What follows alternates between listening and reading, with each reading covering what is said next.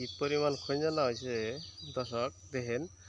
গাছের কিন্তু মাথায় নাই, তারপরও খঞ্জনা নামছে। দর্শক দেখেন আমার স্কিনে যে গাছের হাইব্রিড লিবিয়ার ঘাস আপনারা করবেন।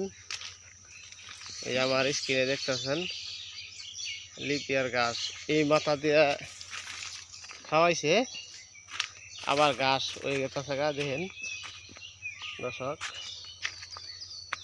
এই যে আপনারা বেশি বেশি করে করবেন। আপনারা গরুর লালন পালন করলে এই লিপিয়ার ঘাস করবেন।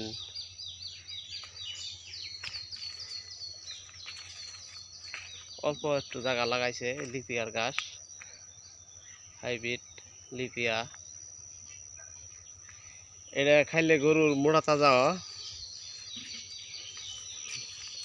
দর্শক দেখেন।